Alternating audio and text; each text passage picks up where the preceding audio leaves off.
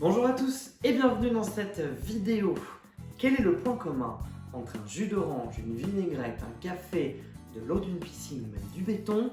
Réponse dans quelques instants, c'est parti.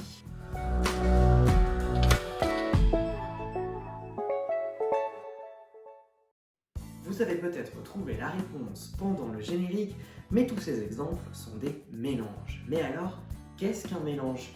Un mélange, c'est quand vous mettez ensemble au moins deux constituants.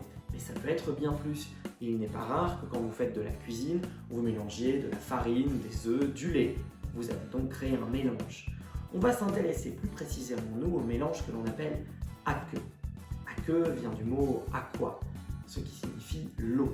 Un mélange aqueux est donc un mélange où l'un des constituants est l'eau, et c'est ce qui va nous intéresser dans cette vidéo. Nous allons parler de deux types de mélanges, les mélanges homogènes et les mélanges hétérogènes, à travers des exemples. Commençons tout de suite par les mélanges liquide-liquide.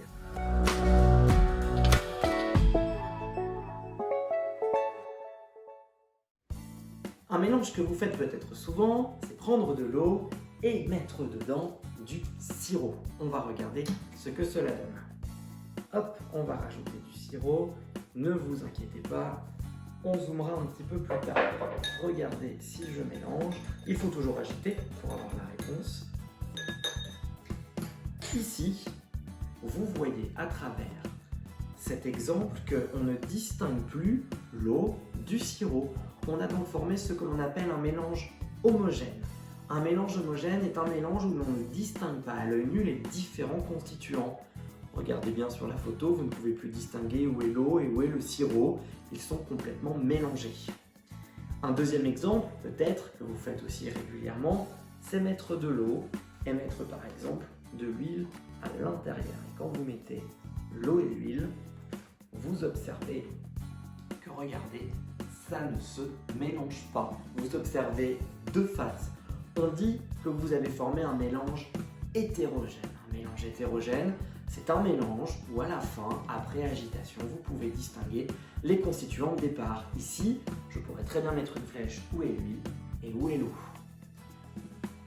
Continuons tout ceci avec d'autres exemples, maintenant avec des mélanges liquides solides.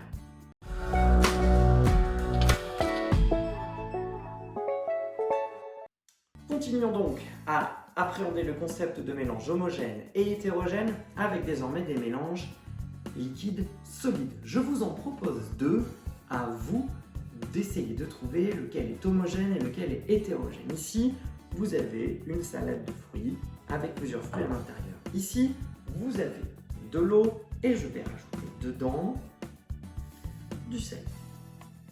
Nous allons agiter et pendant ce temps, réfléchissez lequel va être homogène ou hétérogène.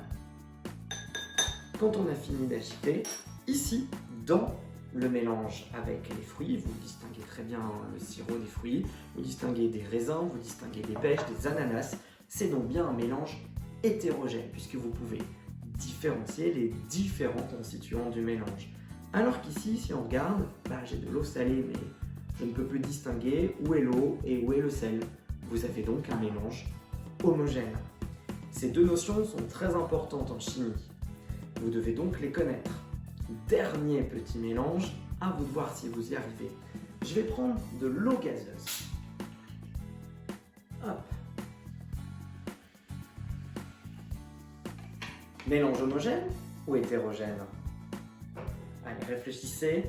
Regardez ici, vous voyez très bien l'eau, mais vous voyez aussi les bulles de gaz. On dit que c'est un mélange liquide-gaz et il est hétérogène, car je peux distinguer les différents constituants du mélange, à savoir l'eau et le gaz. Je pourrais en fait mettre des légendes si j'en avais envie. Voilà, j'espère que cette vidéo vous aura aidé à appréhender de nouveaux concepts, les mélanges homogènes et hétérogènes. On se retrouve très bientôt et d'ici là, portez-vous bien. Ciao.